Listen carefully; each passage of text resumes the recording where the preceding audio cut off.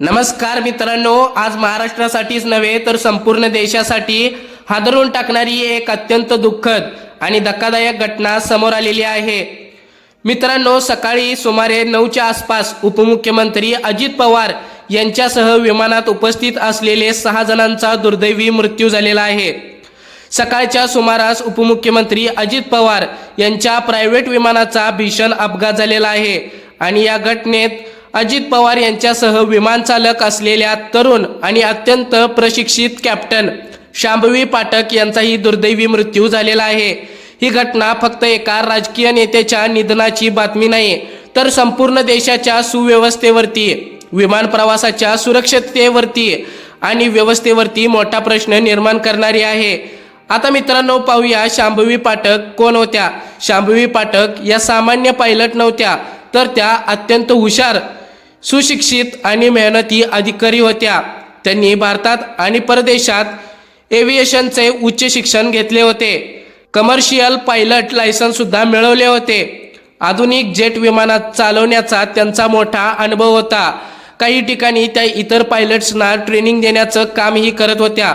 म्हणजेच पूर्ण तयारी, पूर्ण ज्ञान आणि पूर्ण जबाबदारी असलेली व्यक्ती विमान चालवत होती। मित्रांनो, अपघात झालेलं विमान मुंबईहून बारामतीकडे जात होतं, कारण उपमुख्यमंत्री अजित पवार यांचे काही राजकीय कार्यक्रम, लोकांशी संवाद आणि महत्त्वाच्या बैठका होत्या। सुरुवातीच्या माहितीनुसार विमान लँडिंगच्या वेळी अचानक नियंत्रण सुटल्याचं सांगितलं जातंय। मित्रांनो, काही अहवालांमध्ये खराब हवामान, धुके आणि कमी दृश्यता त्यामुळे पायलटला अडचण आल्याची शक्यता व्यक्त केली जात आहे, तर काही ठिकाणी तांत्रिक बिघाडाचा संशयही व्यक्त केला जातोय। मात्र अजूनही अधिकृत तपास सुरू असून नेमकं कारण काय हे स्पष्ट झालेलं नाहीये। पण एक प्रश्न नक्कीच उभा राहतोय।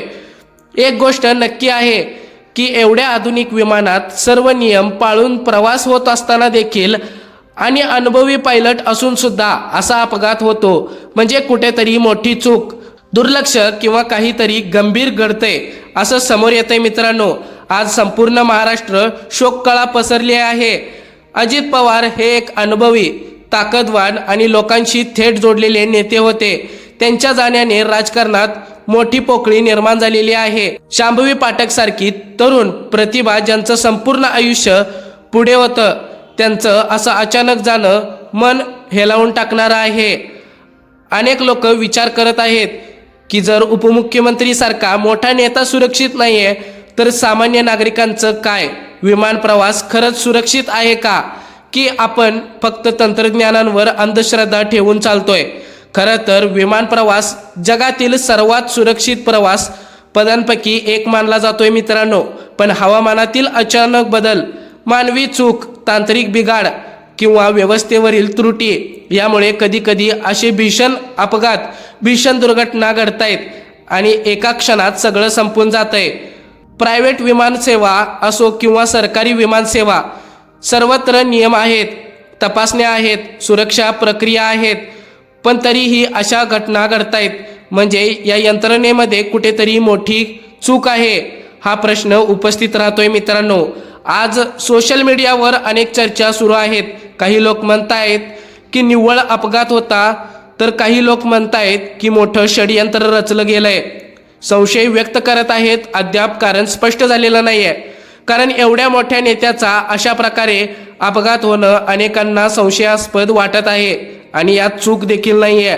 काही जण म्हणतायत की खराब हवामान असून सुद्धा विमान उड्डाण का करण्यात आलं, तर काही विचारतायत की विमानाची पूर्ण तपासणी झाली होती का। काही लोक पायलटवर दोष टाकतायत, पण खरं कारण तपास पूर्ण झाल्यावरच समोर येणार आहे मित्रांनो।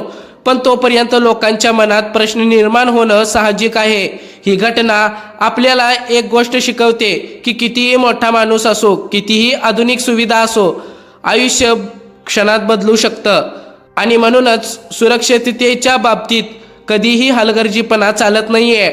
सरकारने यावर सखोल चौकशी केली पाहिजे।